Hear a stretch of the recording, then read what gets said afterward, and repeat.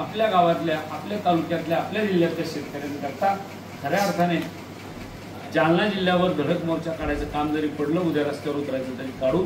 आणि त्याचबरोबर शेतकऱ्याच्या कर्जमाफीसाठी सुद्धा आपण सगळेजण एकत्र येऊ आणि तीच मागणी खऱ्या अर्थाने आपली मागणी.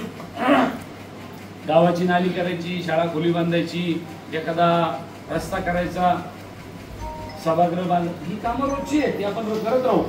पण आजच्या मितीला खऱ्या अर्थाने ग्रामीण भागामध्ये शेतकरी फार उंबड मोडले. अशा परिस्थितीमध्ये शेतकऱ्याचा मुख्यमंत्री म्हणतात मी 30 जूनला कर्जमाफी करेल. शेतकरी आज कर्जमुक्ती विचार करतोय, कर्जमुक्ती व्हावी. शेतकरी आज आत्महत्या करायला निघालाय आणि अशा परिस्थितीत आपण म्हणलं पाहिजे की 30 जूनला कर्जमाफी करू, जमेल का? म्हणून मला आपल्याला सांगायचंय की या ठिकाणी आपल्याला त्यांच्यावरून संघर्ष करून सुद्धा आपल्याला उद्या, आणि त्याच्यात पुन्हा अजितदादा अजून वेगळंच म्हणते, जरा सवय लावा म्हणे कर्ज भरायची. अजितदादा आम्ही 70,000 कोटी कमवले असते तर आम्ही सुद्धा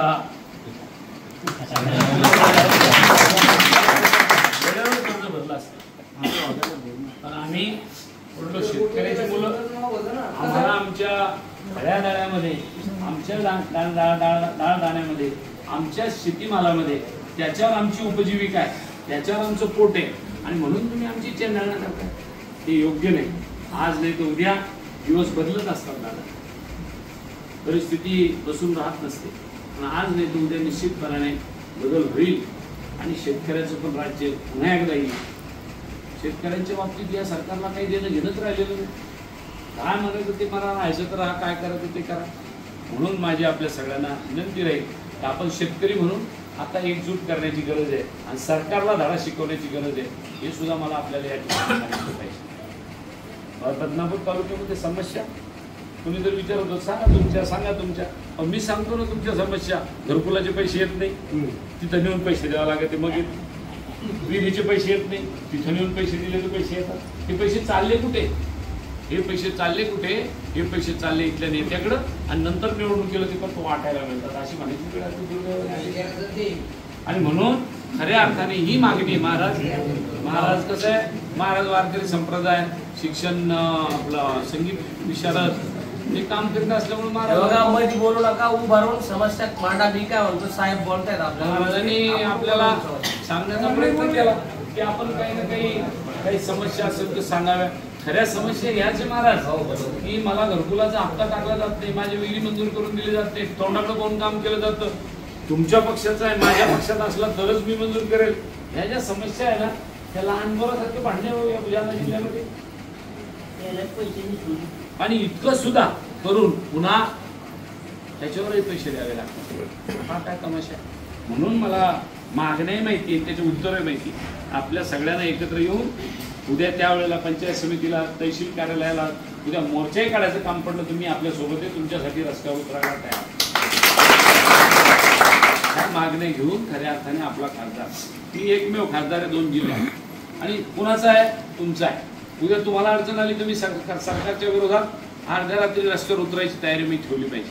आणि म्हणून ती भूमिका घेऊन लवकरात लवकर आपण पुढे जाणार आहे. कर्जमाफीची समस्या घेऊन नागपूरला बच्चू कडू मोर्चा घेऊन गेले, मोठा मोर्चा काढला, सगळे रस्ते बंद झाले. लगेच मुख्यमंत्र्यांनी त्यांना बोलवलं, 4-2 लोक या. काय सांगितलं? 30 जूनला कर्जमाफी करू. बच्चू कडूने तिथे गेल्यावर जल्लोष साजरा केला.